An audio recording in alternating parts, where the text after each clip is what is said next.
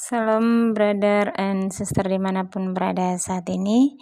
Jumpa lagi dengan saya dalam video kali ini. Selamat menyaksikan dari awal sampai akhir ya. Mohon agar tidak di skip. Tuhan Yesus memberkati. Yang di thumbnail, kita ingin bersaksi tentang iri hati ya saudara. Dimana banyak sekali iri hati yang bisa merusakkan jiwa ya saudara, bisa merusakkan tubuh, jiwa, dan roh kita ya saudara. Kedengeran kan ya suara saya? Kedengeran kan ya suara saya saudara? Jadi iri hati itu sangat berbahaya ya saudara.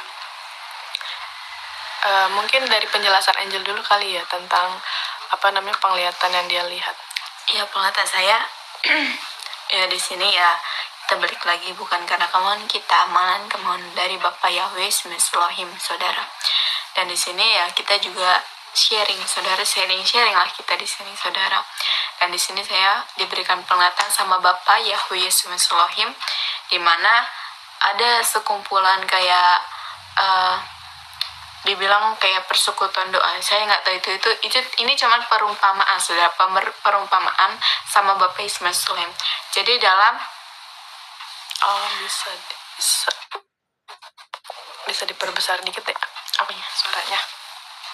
Jadi dalam perkumpulan itu perkumpulan persekutuan doa ya. Saya di mana saja? Iya, di mana saja saudara. Di mana saja, di gereja, mau di luar, mau di dalam, setelah itu di mana, yang penting namanya persekutuan doa saudara. Di situ saya melihat memang ada orang kayak misalkan mereka itu kayak segerombolan ini ngomongin satu orang ini yang orang ini nggak ada saudara. Jadi seperti itu. Dan juga ya mereka memang menjelek-jelekan orang itu, dan juga memang dia misalkan ada di dalam persekutuan doa itu ada yang dipakai oleh Tuhan, misalkan untuk karunia yang dia miliki, misalkan kayak membedakan roh, nubuat, penglihatan, kesembuhan, semualah kasih karunia Tuhan yang ada di dalam orang itu. Nah, terus ada seorang ini yang iri dengan yang mempunyai karunia ini. Dia menginginkan karunia yang dimiliki oleh orang yang berkarunia ini, saudara. Nah, terus kan seperti itu. Nah, terus ya sampailah dia mengejek-ejek, kayak memperlihatkan bahwa dia itu mempunyai iri hati dengan kata-kata yang dia keluarkan, saudara, sadar atau tanpa sadar, saudara, seperti itu. Dari situ ya kelihatan lah, tapi dia bilang kepada Tuhan bahwa Tuhan, aku juga mau seperti ini. Tapi percuma kalau saudara udah punya iri hati, kalau saudara pengen kayak saudara udah punya iri hati, tapi kamu minta kepada Tuhan, percuma saudara, karena Tuhan melihat hati ya saudara. Kalau hati kamu ada iri hati, itu gak bakalan dikasih sama sekali saudara, karena Tuhan melihat dari dasar hati ya saudara. Kalau orang itu gak mempunyai iri hati, gak punya sombong, gak punya angkuh, gak punya segala sesuatu, ya barulah dikasih. Itu suka-suka Bapak saudara. Tapi termasuk juga dalam hal orang yang berkarunia ini, misalkan ada yang lebih daripada dia, misalkan kalau ada yang lebih daripada dia, kayak lebih hebat lah Tuhan pakai untuk menyatakan kemuliaan Bapak Yahweh Elohim. Ya, orang yang berkarunia ini pun nggak boleh menginginkan lebih lagi saudara, karena semua orang mempunyai porsinya masing-masing ya saudara. Dan juga memang saudara ya kalau misalkan saudara sudah mempunyai apa yang dari Tuhan cukup pasti Tuhan cukupkan dong saudara di dalam hidup kita saudara. Jangan melebihi, jangan maruk saudara, jangan serakah jadi orang kayak pengen semua dikuasain. Ya tergantung Tuhan juga pengen berikan berapa yang Tuhan kasih saudara, seperti itu. Dan saudara, kalau bisa karunia itu dinikmati oleh orang tersebut itu saudara. Ya memang nggak mudah sih saudara untuk mempertahankan karunia saudara. Menerimanya sih kayak enak lah ya saudara, menerimanya enak, tapi mempertahankannya itu saudara yang harus berjuang mati-matian, harus mempertanggungjawabkan apa yang Tuhan percayakan kepada kita. Kepercayaan Tuhan sudah Tuhan taruh di pada kita. Kalau kita mengecewakan, kalau kita mengkhianati kepercayaan Yesus Elohim, dan itu nggak akan dikasih lagi kalau kita sudah meninggalkan Bapak Yahweh Elohim. Itu nggak bakalan dikasih lagi kalau kita meninggalkan dia. Itu sama saja sudah mengecewakan Bapa kepada kita, saudara. kalau kita menyia-nyiakan karunia yang kita punya, saudara, seperti itu. Ini kita bukan ini kita hanya membahas ya, saudara, membahas, nggak ada sangkut pautan apapun tentang persekutuan yang di luar sana, saudara. Jadi seperti itu. Nah, terus juga yang memang dalam banyak sih, saudara, dari dalam segi-segi ya, nggak usah jauh-jauh lah, saudara. Para hamba-hamba Tuhan pun saling menggesek satu sama lain, itu nggak bisa dipungkir ya, saudara. Di mana saling menjatuhkan satu sama lain, di mana saling iri satu sama lain, sombong satu sama lain, ya itu nggak bisa dipungkiri. Yang namanya itu ada di dasar dalam hati manusia, saudara. Itu nggak bisa dipungkiri, saudara. Tapi ada satu hal yang perlu kita kikis, dari itu kita perlu kita kikis, saudara. Nah, terus, saudara, menjadi anak Tuhan bukan hal sesuatu yang mudah ya, saudara, dimana kita harus menjadi serupa dan segambar sama Allah Bapa Yesus. Semua keirihatian, kebusukan, kesombongan, semuanya harus dipapas habis, saudara. Seperti itu. Karena kita diciptakan serupa dan segambar dengan Allah Bapa Yahweh Semesloim, saudara. Seperti itu, saudara.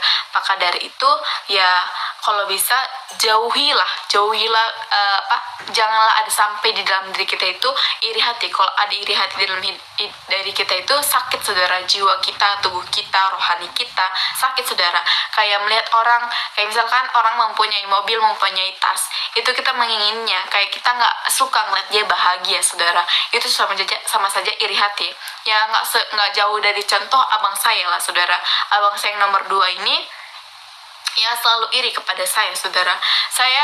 Tapi saya dari kecil saya hanya kayak misalkan kayak saya nggak ngerti lah apa itu iri hati, saya nggak ngerti lah. Tapi saya mikir, kok abang saya kok gini ya, kok nggak suka ya sama saya gitu. Saya kerasa seperti itu, saudara. Tapi kayak mama saya membelikan barang apa yang diperlukan oleh wanita, ya seperti ya tas sekolah, terus sepatu. Ya memang tas saya itu kayak yang kata saat itu ya memang sudah rusak ya, saudara. Sepatu saya juga sudah rusak, itu baru dibelikan sama mama saya. Mama saya itu tunggu rusak dulu baru dibelikan, saudara. Atau enggak apa kayak sepatu saya kurang ya baru dibelikan sama mama saya aja, seperti itu.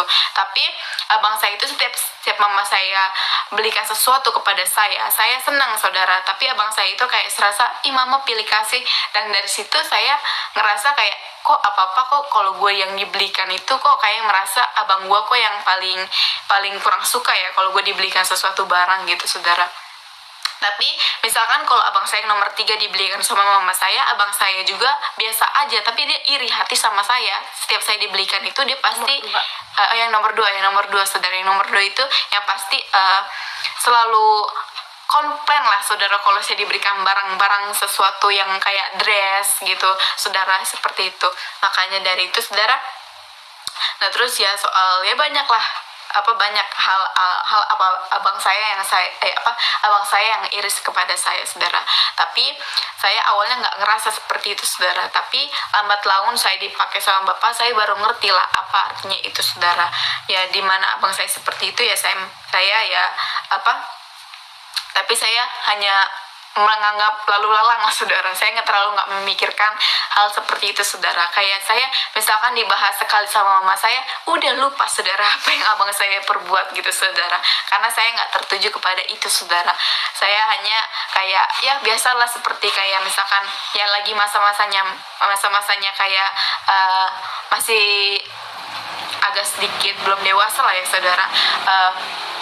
Makanya nggak terlalu dikuak banget sama saya gitu, seperti itu, saudara.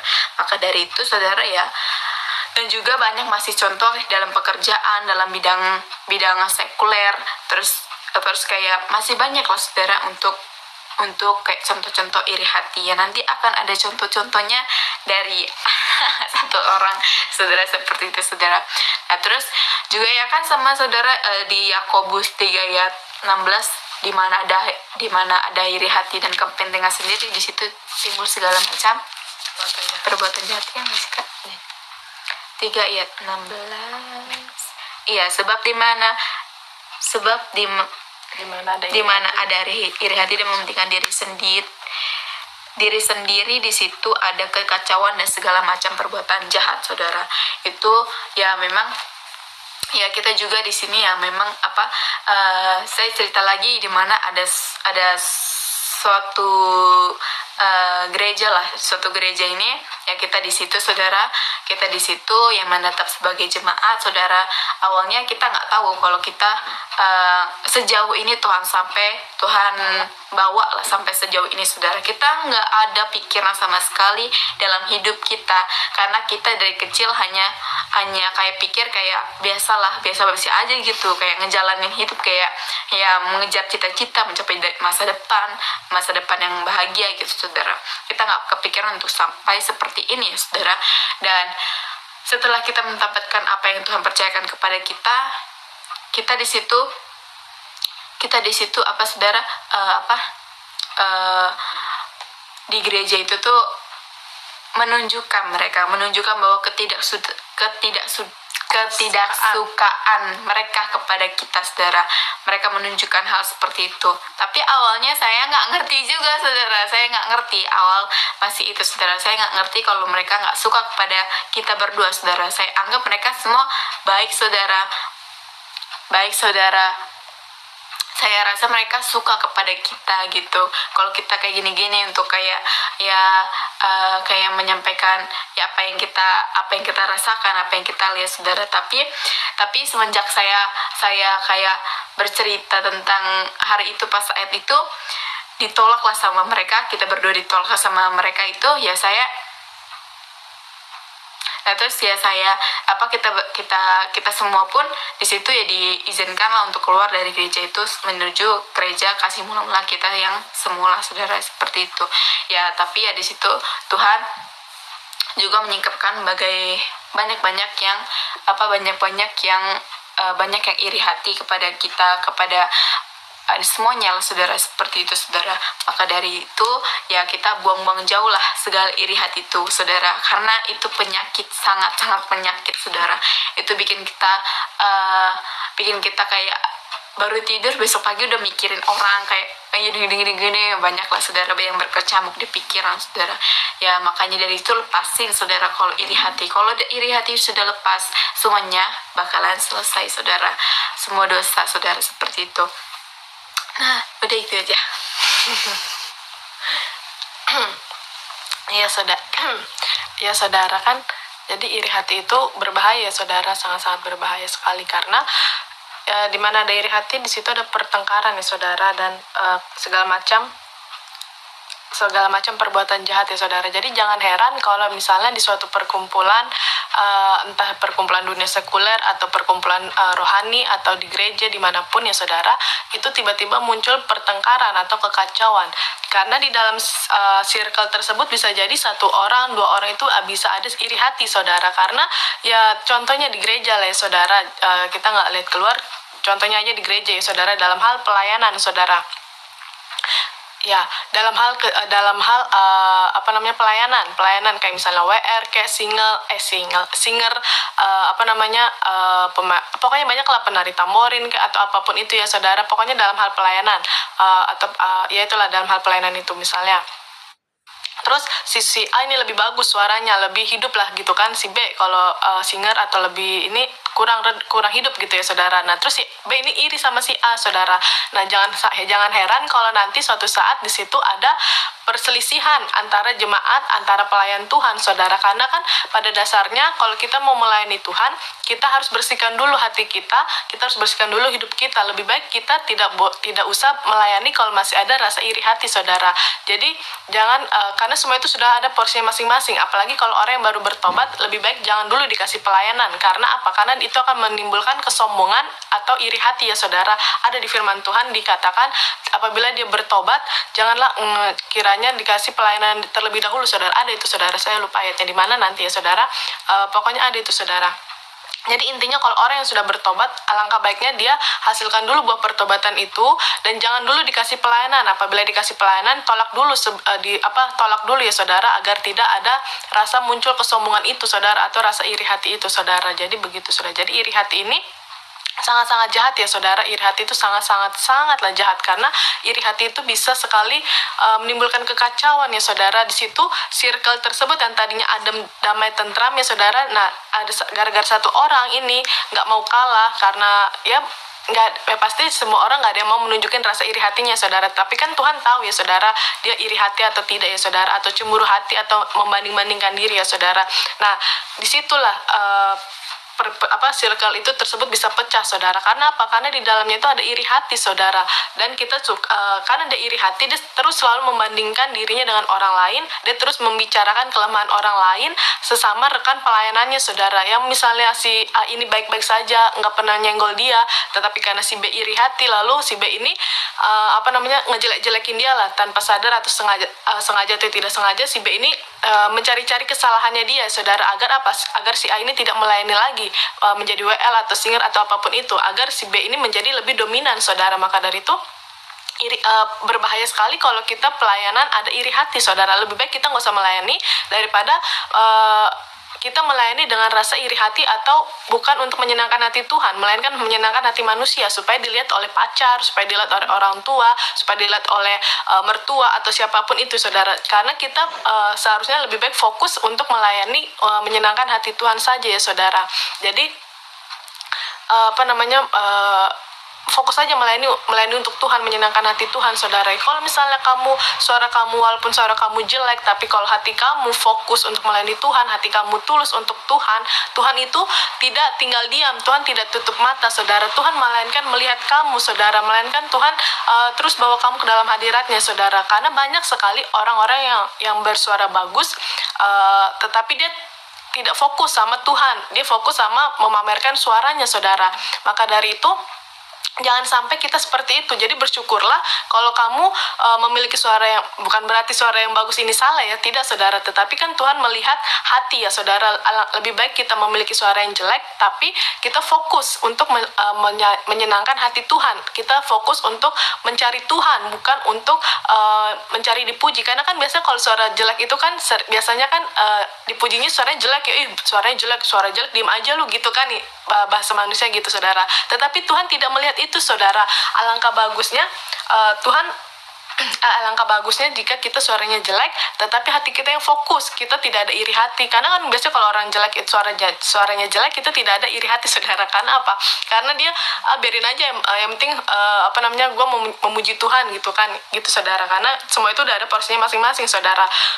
Jadi apabila kalau ada si A suaranya bagus, si B suaranya jelek, alangkah baiknya si B ini jangan melihat suaranya si A saja, karena belum tentu suara si A ini juga diperhatikan Tuhan, karena hatinya mungkin masih ada iri hati atau ada tidak menyenangkan hati Tuhan ya saudara. Jadi itu saudara, jadi jangan sampai pelayanan kita yang lebih dominan saudara, suara kita yang lebih dominan, atau yang kita lihat ini dominan saudara. Lebih baik hati kita saudara, lebih baik suara jelek, tapi kalau hati kita bagus di hadapan Bapa Yesus SAW, hati kita berkenan di hadapan Bapa Yesus SAW, itu akan bersuka cita, dan seisi surga itu malaikat surgawi akan bersorak-sorai bersama-sama saudara. Maka dari itu alangkah baiknya kalau kamu melayani, saya juga melayani, atau siapapun yang melayani, kita jaga hati dan hapuskan dulu rasa iri hati kita saudara, agar tidak menjadi batu sandungan bagi diri sendiri dan bagi orang lain ya saudara. Karena melayani itu bukan untuk ajang pamer-pameran saudara, bukan untuk ajang siapa yang bagus, bukan ajang perlombaan saudara, melainkan ajang untuk kita mencari perkenanan Tuhan Yesus Elohim Bapa Yahweh Tuhan Yesus Kristus, mencari hadiratnya Tuhan saudara, mencari supaya kita hidup kudus berkenan di hadapan Bapa Yahweh Yesus Elohim saudara. Maka dari itu ketika kita ditunjuk hamba Tuhan atau gembala sidang untuk melayani, kalau kamu belum siap, jangan dulu diterima saudara. Karena apa? Itu bisa jadi bumerang bagi dirimu sendiri. Kalau kamu menerima pelayanan itu hanya untuk dilihat oleh orang lain, lebih baik jangan saudara. Karena apa? Karena pelayanan itu kalau udah naik ke altar itu udah nggak main-main saudara. Karena itu fokus kita antara Tuhan dan kita saudara. Karena ya kita kan menyanyi untuk Tuhan ya saudara. Pelayanan motivasinya dasarnya adalah untuk menyenangkan hati Tuhan, jangan untuk menyenangkan hati manusia saudara. Kan seperti kitab Kolose itu saudara, apapun yang kamu lakukan perbuatlah itu dengan segenap hati seperti untuk Tuhan, bukan untuk manusia saudara kan. Maka dari itu iri hati ini berbahaya sekali, karena bisa membuat kanker hati saudara, kanker bisa membuat sakit penyakit di dalam tubuh ini saudara, ya kan. Iri hati juga dosa saudara, kan seperti yang di dalam kitab firman Tuhan bilang karena dosalah orang tersebut bisa menjadi sakit ya saudara, kan. Sakit apapun itu saudara, nggak hanya tubuhnya tetapi rohnya saudara. Rohnya itu yang lebih sakit. Sakit roh itu lebih berbahaya saudara daripada sakit jasmani saudara. Kalau sakit jasmani itu kan bisa sembuh saudara dengan obat, dengan cara macam apapun ya saudara. Tapi kalau roh itu hanya Tuhan Yesus saja, Bapa Yahweh SWT, Roh Kudus saja yang bisa menyembuhkan roh kita saudara. Maka dari itu banyak orang ODGJ saudara. Karena apa? Karena rohnya dia itu sakit saudara. ODGJ itu maksudnya orang dalam gangguan jiwa ya saudara. Sekarang disebutnya ODGJ saudara, kan lebih halus lagi saudara. Jadi maka dari itu banyak orang yang ODGJ. Karena apa? Karena rohnya dia itu sakit saudara. Ya entah mungkin dia dendam sama orang lain, entah dia entah dia iri hati sama orang lain tetapi dia tidak tersalurkan atau apa, dan terus memendamkan di dalam dirinya, berkecamuk di dalam dirinya, di dalam hati dan dalam pikirannya. Maka dari itu iblis mulai masuk ke dalam orang tersebut. Karena apa? Karena dia sudah buka celah, yaitu dengan cara iri. Mungkin dia ada iri hati, mungkin dia ada dendam sama orang lain, jadi dia digojlok lah itu hatinya dan di pikirannya itu oleh iblis saudara. Maka dari itu jangan sampai pikiran kita bergelut saudara, jangan sampai hati kita juga dimainkan oleh si iblis saudara. Karena iblis senang yang kayak gitu-gitu saudara. Karena iblis itu sekarang ini semakin jahat saudara. Karena apa? Karena dia mau menjatuhkan anak-anak Tuhan saudara. Maka dari itu Tuhan bilang kalau sekarang ini jangan ikut Tuhan biasa-biasa saja, tetapi ikut Tuhan harus menyala-nyala, harus menggebu-gebu saudara rohnya ya saudara. Agar apa? Karena Tuhan sekarang ini mencari orang yang hidup dalam roh dan kebenaran firman Bapa Yesus SAW, bukan dengan kedagingan saudara. Maka dari itu iri hati itu sangat-sangat berbahaya sekali saudara.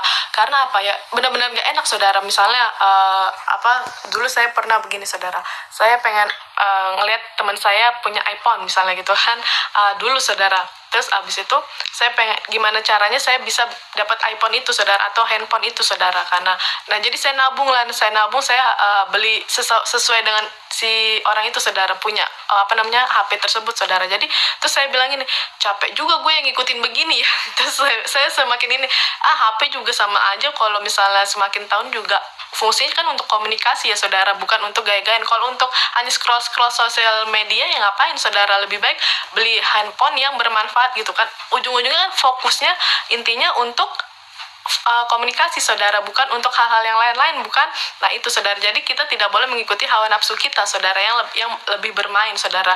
Misalnya kalau si tetangga kamu punya mobil, terus kamu merengek sama suami kamu atau merengek sama papa kamu, pengen mobil mas, pengen mobil gini.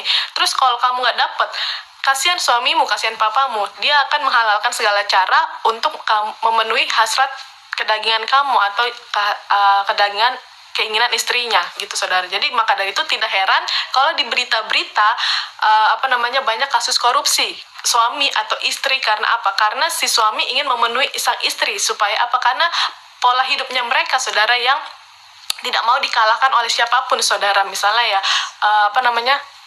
kasus-kasus yang sekarang ini saudara ya kan, misalnya si istri pengen suaminya